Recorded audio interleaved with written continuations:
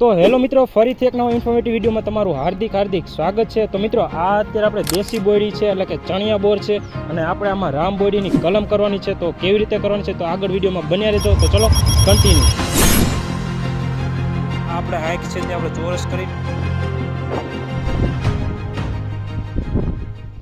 તો મિત્રો, સૌપ્રથમ તો આપણે જે બોયડીમાં કલમ કરવાની છે તે માટે આપણે અગાઉ પહેલાં આ બોયડીને કટિંગ કરવી પડશે। તેમાંથી નવો કોટો ફૂટે છે, તે થોડાક દિવસ થઈ ક્યાંક આવડું થાય પછી આપણે તેમાં રામ બોયડીની કલમ કરી શકીએ।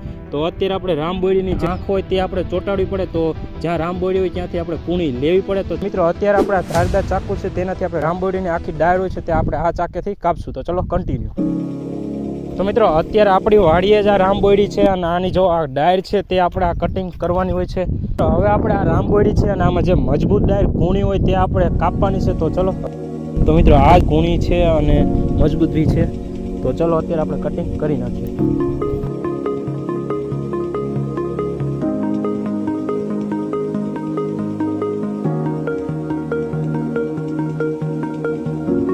ફાઇનલી આપણે કટિંગ કરી નાખી છે, અને હવે આપણે જે આપણે દેશી બોયડી તમને બતાવી તેમાં આપણે ચોંટાડવાની છે। તો મિત્રો, ફાઇનલી હવે આપણે કલમ કરવાની શરૂઆત કરી દઈએ। તો મિત્રો, તે માટે પહેલાં આપણે એક બ્લેડ જોઈશે, પછી કંઈક આપણે આવો કાગળ જોઈશે ફરતે વીંટવા માટે। તો ચલો આગળ વિડીયોમાં બન્યા રહેજો। તો મિત્રો, સૌપ્રથમ તો હવે આપણે છે ને જ્યાં ઉપરથી કૂણી હોય તે આપણે અહીંથી કટિંગ કરી નાખી, કાંઈ એની જરૂર છે નહીં।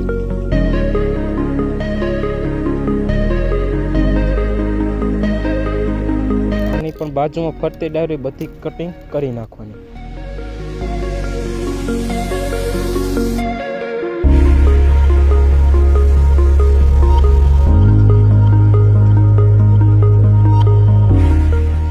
મિત્રો, આમાં કલમ કરવા જેવું કયું છે એ જોવું પડશે, પછી આપણે કલમ કરશું।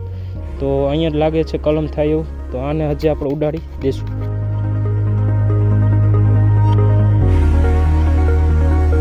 તો મિત્રો, તમે જોઈ શકો છો હવે કટિંગ કરીને આવડી જ રાખી છે, અને હવે આપણે કલમ કરવાની છે અહીંયા, એટલે કે આ આંખમાં કરવાની છે। તો આ આપણે આંખ છે તાપી નાખશું, અને જે રામ બોયડી કલમ છે તે રાખશું। તો મિત્રો, સૌપ્રથમ તો જે આંખ છે તેને આપણે કટિંગ કરી નાખી।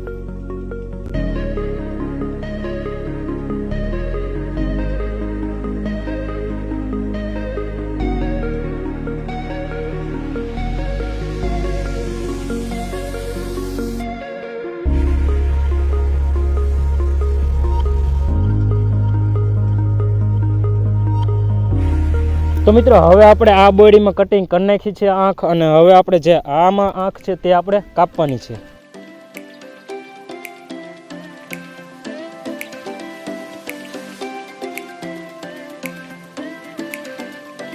મિત્રો, આમાં રસ હોય એટલે કલમ અત્યારે આ સિઝનમાં જ થઈ જાય છે, જૂન મહિનામાં।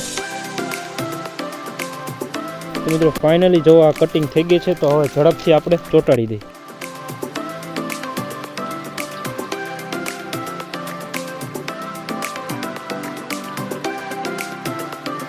મિત્રો, આંખ ચોંટાડ્યા બાદ હવે ફરતે આપણે કાગળથી વીંટી દેવાનું છે, જેથી અંદર હવા ન જઈ શકે। તો આપણે જેમ બને મજબૂત રીતે કાગળ વીંટશું તો તમે જોઈ શકો છો।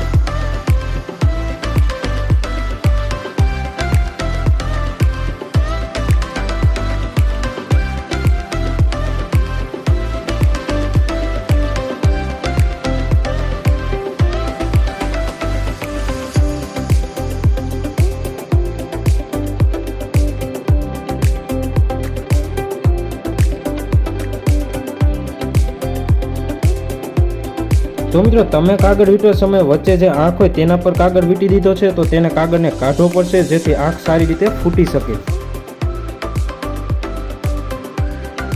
મિત્રો, જે કલમ કરેલી ડાળ છે તેમાં ફરતે દેશી બોયડીની ફૂટ કાઢી નાખશું, જેથી બધું પોષણ કલમ કરી છે તેમાં મળે।